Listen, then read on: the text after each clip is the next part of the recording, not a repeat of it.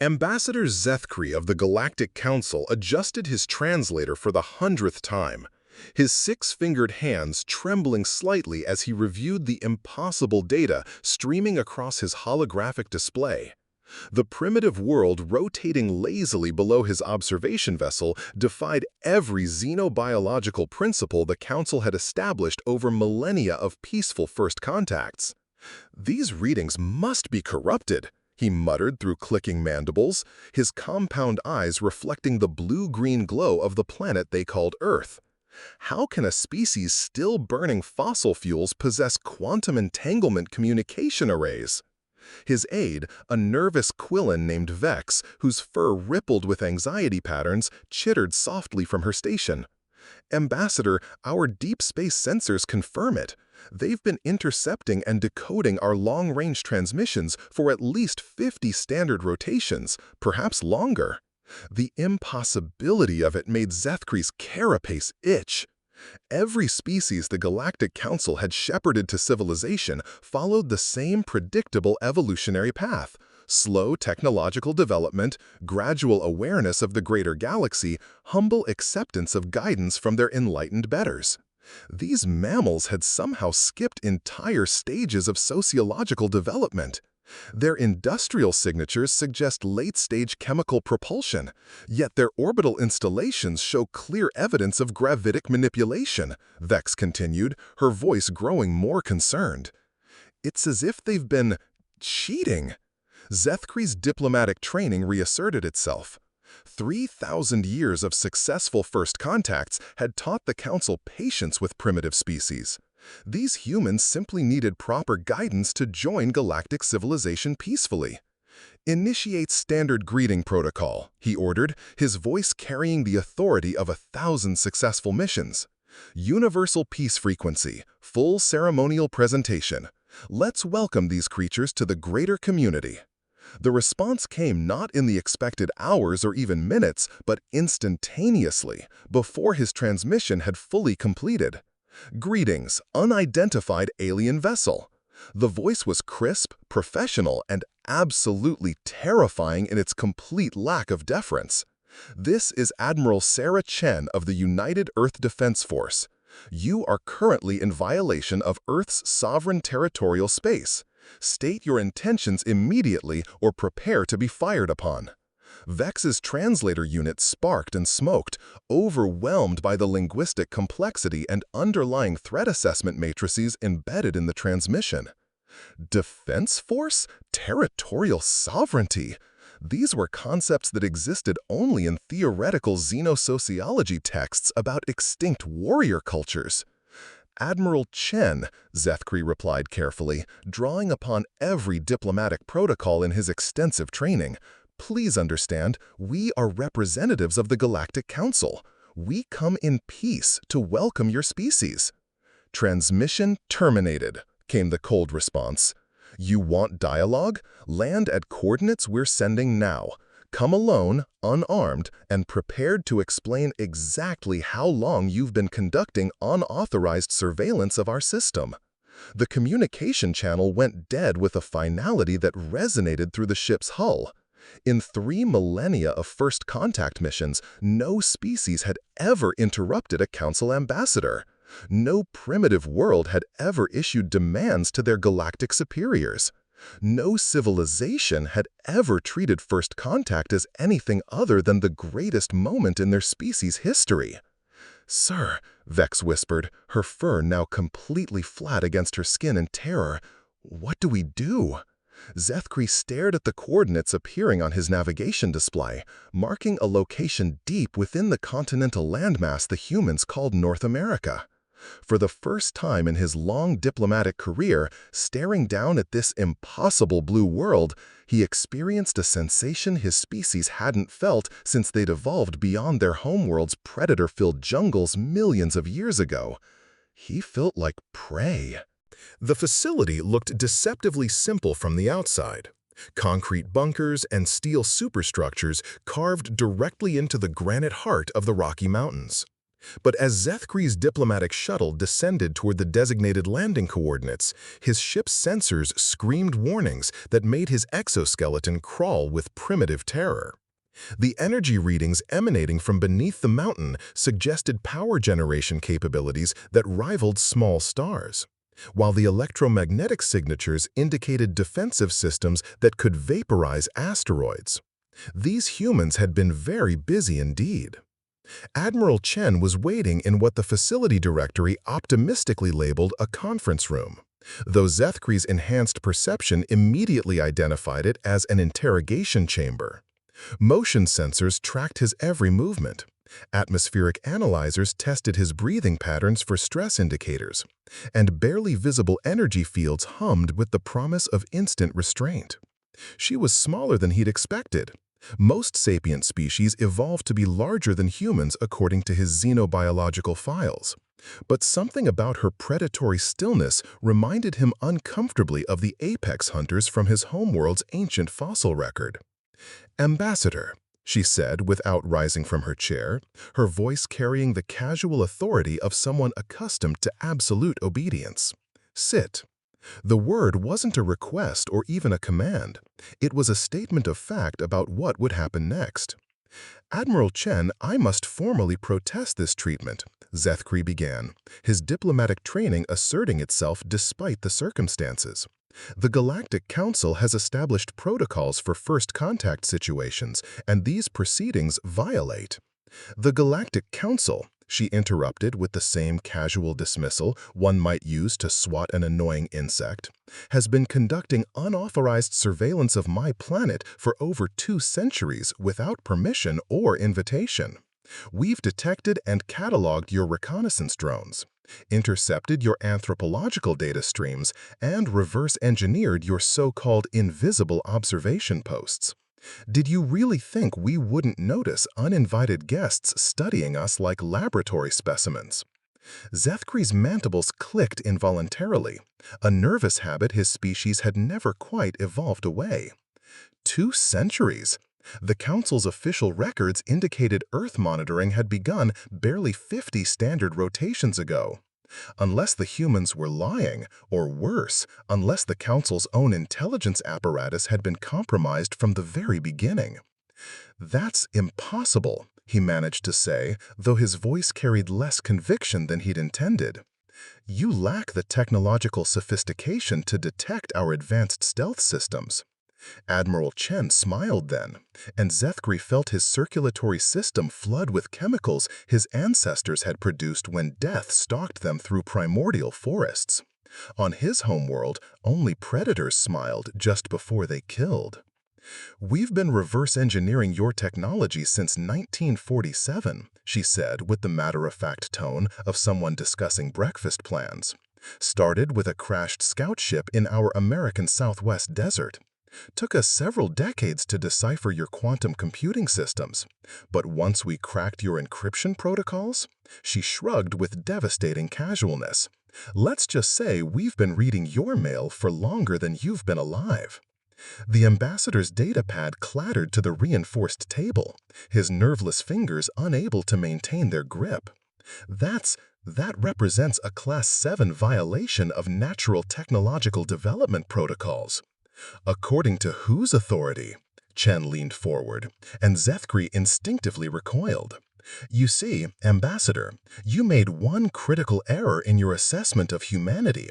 You assumed we were prey." She stood and approached a wall display that flickered to life with startling clarity, revealing the space surrounding Earth in tactical detail. Dozens of sleek, predatory vessels appeared on the screen, human warships, armed with weapons that married stolen alien technology to human innovation, their formations suggesting coordination that spoke of centuries of military preparation. "Earth doesn't breed prey, Ambassador. Earth breeds predators. And you just flew directly into our hunting territory." The emergency session of the Galactic Council had devolved into unprecedented chaos. The Great Assembly Chamber, designed to accommodate the dignified discourse of 47 civilized species, now echoed with sounds that hadn't been heard since the barbaric ages. Chittering panic, electromagnetic screams of terror, and the low-frequency rumbles that indicated several species were preparing for flight responses hardwired into their DNA millions of years ago. Order! Order! High Counselor Mextar's psychic projection thundered across the assembly, his mental voice cutting through the cacophony like a blade. His ethereal form flickered with barely controlled agitation as representatives from across the galaxy broadcast their terror in languages, frequencies, and pheromone signatures that painted a picture of absolute systemic failure. We must address this situation with the humans in a rational, systematic manner. General Crix of the Hegemony Defense Fleet rose first, his massive insectoid frame casting shadows across the assembly floor. His species had never lost a military engagement in their 3,000-year recorded history, and his confidence radiated from every chitinous plate of his exoskeleton. High Counselor, my battle fleet can reduce their primitive world to radioactive ash within a single solar rotation. This infestation can be cauterized before it spreads. No! The desperate shout came from Dr. Yilnari, the Council's chief xenobiologist and evolutionary theorist.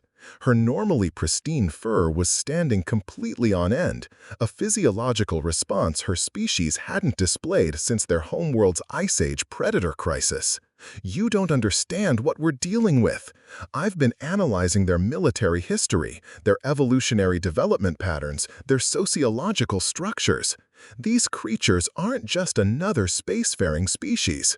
She activated the chamber's central holographic display with trembling paws, showing Earth's surface in devastating detail. The image zoomed through various regions, revealing archaeological sites, military installations, and urban centers that told a story of continuous, relentless warfare. They've documented over 14,000 distinct military conflicts in their recorded history alone. 14,000 separate wars! Most civilized species experience perhaps 3 or 4 territorial disputes before achieving permanent global peace through enlightened cooperation. But humans? They've weaponized everything they've ever encountered. Rocks became clubs, metals became blades, chemicals became poisons, biological agents became plagues, and they split the very atoms of matter itself, not for energy generation, but specifically to create instruments of mass destruction. The assembly fell into horrified silence as the implications sank in. Their first application of quantum mechanics wasn't communication or computation, it was weaponization.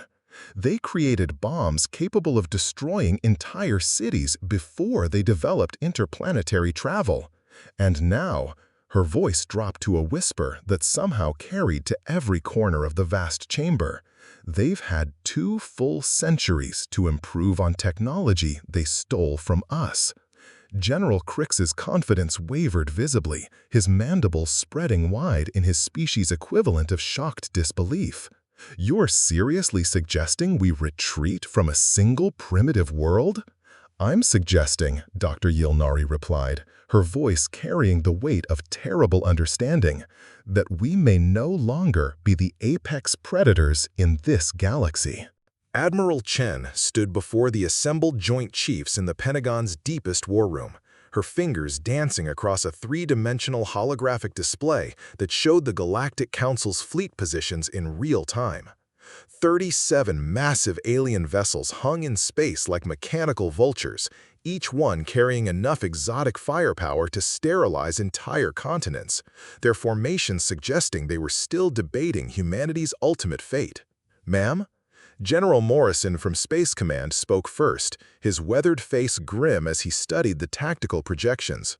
Our deep space intelligence assets confirm they're actively debating whether to extend us a diplomatic offer or execute what they call a cleansing protocol. Essentially, they're deciding whether to make us an offer or make us extinct. Let them debate. Chen replied with the cold confidence of someone who held all the cards, her fingers highlighting several critical tactical vulnerabilities in the alien formations. Every minute they spend talking is another minute we have to position our assets. Dr. Martinez, status report on Project Lazarus. The head of Earth's Xenotechnology Integration Division smiled with grim satisfaction, her tablet displaying weapon specifications that would have terrified the aliens if they'd understood what they were seeing. The quantum torpedo systems are fully operational and deployed across all major installations. Turns out their ship hulls weren't designed to handle ours, creative modifications to their own gravitational manipulation technology. We've essentially turned their own physics against them. Excellent. And the Trojan Horse Protocol? Ready for immediate deployment, Admiral. Every piece of their technology we've reverse-engineered over the past 2 centuries includes our own proprietary surprises embedded at the quantum level. If they attempt to forcibly integrate our communication networks or hack our defense systems, Dr. Martinez's smile turned predatory. Let's just say they'll discover why human computer viruses are called viruses. Chen nodded approvingly. 2 centuries of careful preparation, stolen technology, and human ingenuity had led to this moment. Humanity had learned the fundamental lesson that prey animals never understood. Peace was maintained through superior firepower and the demonstrated willingness to use it without hesitation. General Patterson, how are our ground forces? The grizzled Marine commander chuckled darkly, his scarred hands folding over classified reports from every major military power on Earth. Ma'am, we've been preparing for an alien invasion scenario since the Roswell incident. Every major military organization in the world has developed comprehensive contingency plans.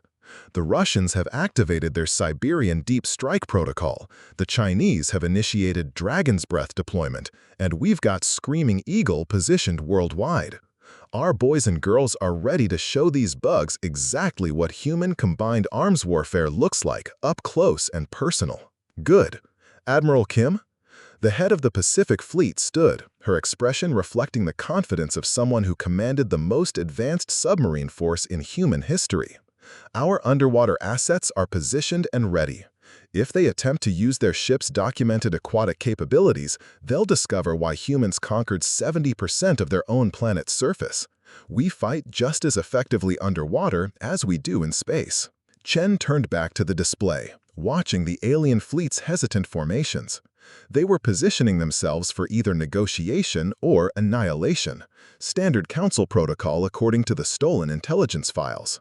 There's something else our psychological analysis teams discovered, Dr. Martinez added quietly. The personality profiles we've developed from their intercepted communications suggest they're not psychologically equipped for the kind of total warfare humans consider routine.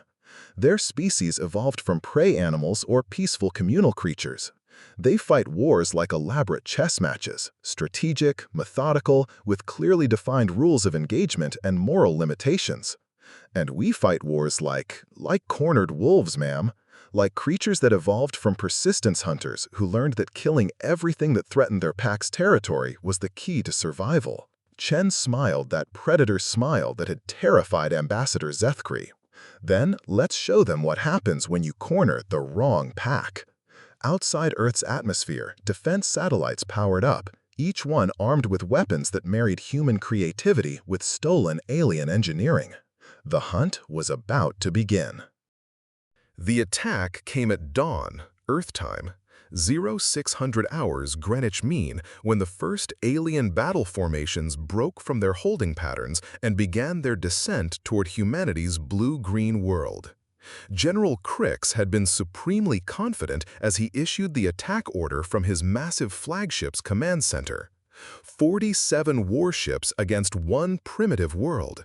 Standard Council doctrine, precision orbital bombardment, surgical strikes against military installations, followed by ground occupation. Clean, efficient, civilized warfare conducted according to the ancient protocols that had brought peace to 1,000 worlds. The first indication that something was catastrophically wrong came when Earth's supposedly primitive satellites opened fire with weapons that shouldn't have existed. What in the void's name? Cricks's words were cut off as his flagship's energy shields flared under impacts that registered impossible power readings on every sensor array. The energy signatures were familiar, Council gravitational manipulation technology, but modified in ways that made his tactical computers scream cascading error warnings. "Sir," his communications officer's voice cracked with panic. "They're using our own weapon systems against us, but the power output readings are completely beyond theoretical maximums." "Impossible, how?" "They've somehow tripled the energy efficiency coefficients and doubled the firing rate while maintaining perfect targeting accuracy." That's when the real nightmare began, and General Cricks discovered what humans meant when they spoke of total war. Earth's defense fleet emerged from behind Luna's shadow. Not the handful of crude vessels they'd detected in their preliminary scans, but hundreds of sleek, predatory ships that moved like schools of hunting sharks. Each vessel broadcasted human combat frequencies that sounded disturbingly like pack animals howling before a coordinated kill, their formations flowing and shifting in patterns that seemed chaotic but revealed themselves to be terrifyingly precise. Admiral Chen's voice cut across all Council communication channels with the cold authority of an apex predator marking territory. "Attention, alien fleet. You are in violation of Earth's sovereign space. Surrender immediately or we will demonstrate why humans are the dominant species of this system." General Cricks activated his species equivalent of derisive laughter. "Delusional mammals, you face the accumulated might of the entire Council defense fleet." The human response was immediate, devastating, and utterly unlike anything in Council military doctrine. Earth's ships didn't engage in the traditional long-range artillery exchanges that civilized species preferred. Instead, they swarmed. Individual vessels breaking formation to attack from impossible vectors, using kamikaze runs that no rational species would attempt, coordinating in fluid pack tactics that seemed to anticipate Council movements before they were even executed. "They're inside our defensive perimeter," his tactical officer shrieked. "How are they moving so fast? Our computers can't track their maneuver patterns." "Sir, detecting massive energy buildup from multiple planetary surface installations." The first quantum torpedo detonated against Cricks's flagship with the concentrated fury of a stellar corona. The second and third followed in rapid succession before his shield generators could cycle. But instead of vaporizing his ship as expected, the weapons seemed specifically designed to disable systems, to capture rather than destroy.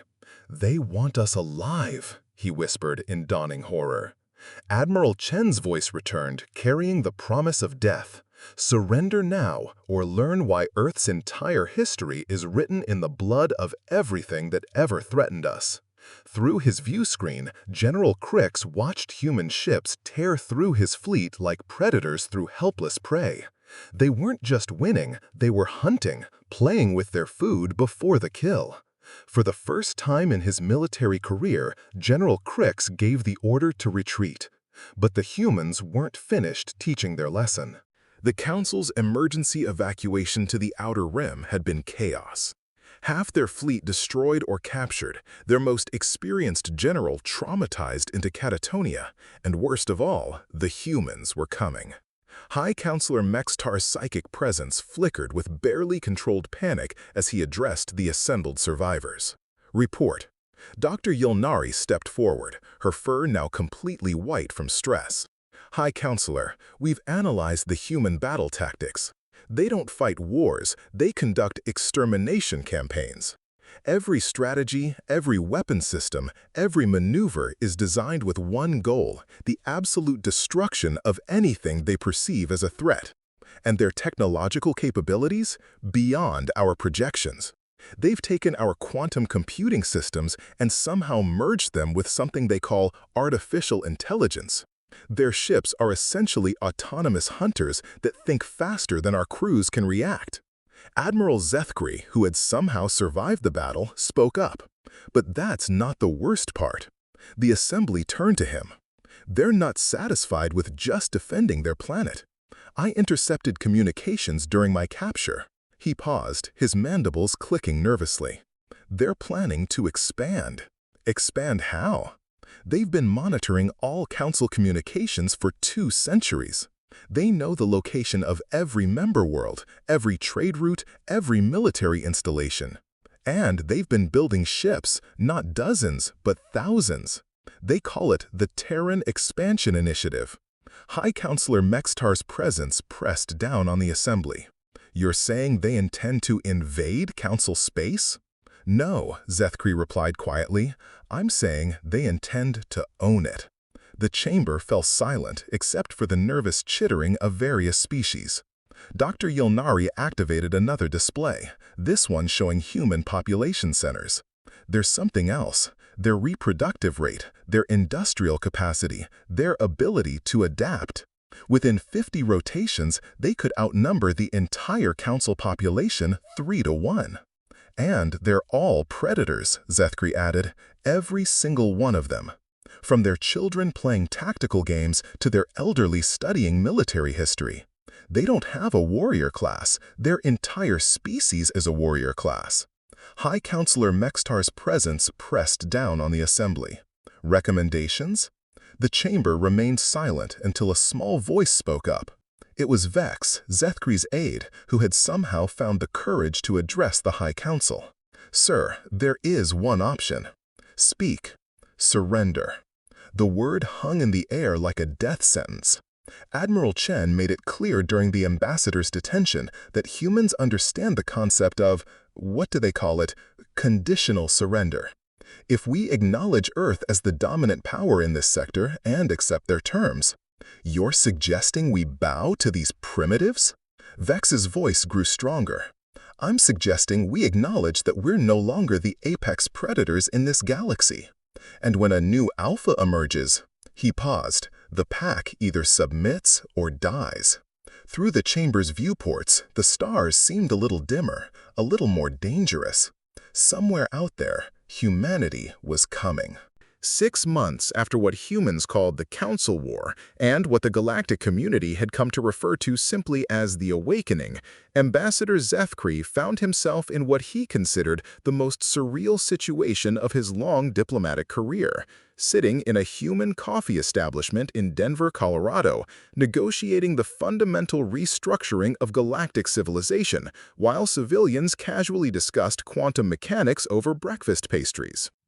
Admiral Chen sat across from him at a simple wooden table, methodically sipping something called espresso, while reviewing treaty terms on a tablet computer that was simultaneously more advanced and more elegantly primitive than anything in his experience. The device contained processing power that rivaled Council supercomputers, yet humans carried them casually in their pockets like simple communication tools.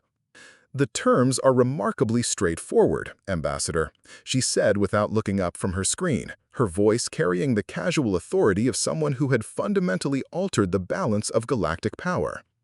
The Council maintains complete administrative autonomy over member worlds for all domestic policy decisions, cultural preservation, and local governance structures. But all military command decisions, all exploration initiatives beyond currently established borders, and all first contact protocols with newly discovered species will be coordinated through Earth Command Central Authority. You're essentially asking us to accept humanity as the galaxy's supreme military authority, Zethkri said, though his voice lacked the indignation such a statement would have carried mere months ago. Chen looked up from her tablet, and Zethkri still felt that characteristic predator's assessment in her unwavering gaze, the look of a creature that had evolved to hunt and kill anything that threatened its territory. I'm not asking anything, Ambassador. I'm informing you of the new operational reality. The question facing the Council is whether you prefer to work with us as cooperative allies or against us as conquered subjects. Around them, the coffee shop hummed with typical human activity that would have seemed impossible before first contact. Children played sophisticated strategic simulation games on portable devices, complex tactical scenarios that would challenge seasoned Council military strategists. Adults engaged in casual conversations that ranged from advanced quantum mechanics to interplanetary agricultural development. Even their routine social interactions revealed a species that instinctively thought in terms of expansion, exploration, and territorial acquisition. The other council member species will never unanimously agree to these terms, Zethkri said, though his protest carried little conviction. They already have.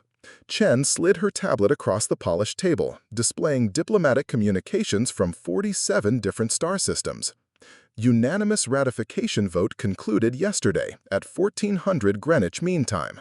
Apparently, when you demonstrate overwhelming military superiority while simultaneously offering protection and technological advancement instead of extinction, most rational species choose pragmatic cooperation over futile resistance.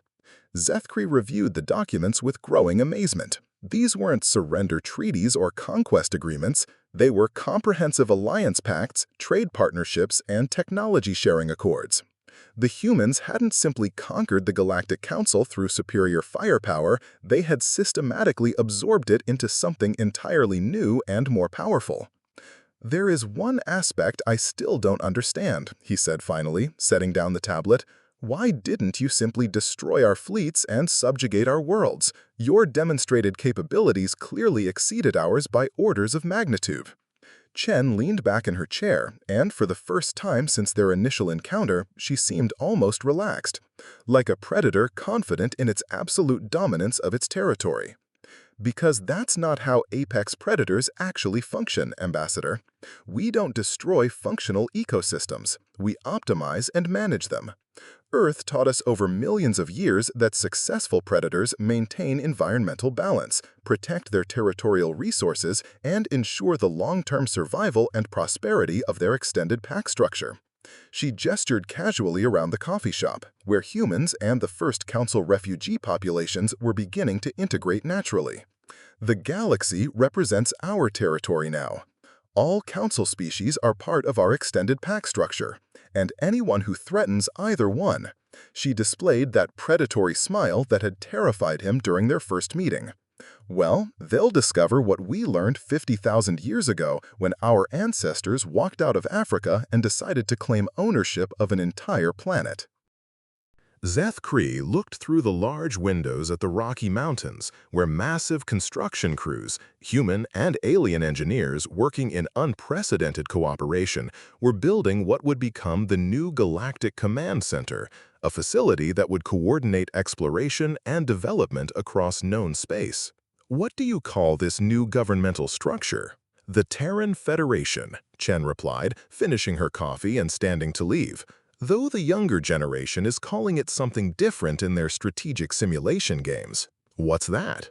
"The Human Empire." She paused at the exit. "Has a pleasant ring to it, don't you think?" As Zethkri watched her departure, he realized something that both terrified and oddly comforted him. Humanity hadn't simply joined galactic civilization, they had systematically improved it. Outside, the first joint Human Council starship launched toward unexplored regions, carrying diplomats and explorers to establish contact with species beyond the old borders. The vessel bore the official insignia of the Terran Federation, but its crew understood their true mission. Earth breeds predators, not prey, and the galaxy was about to discover exactly what that meant for everyone.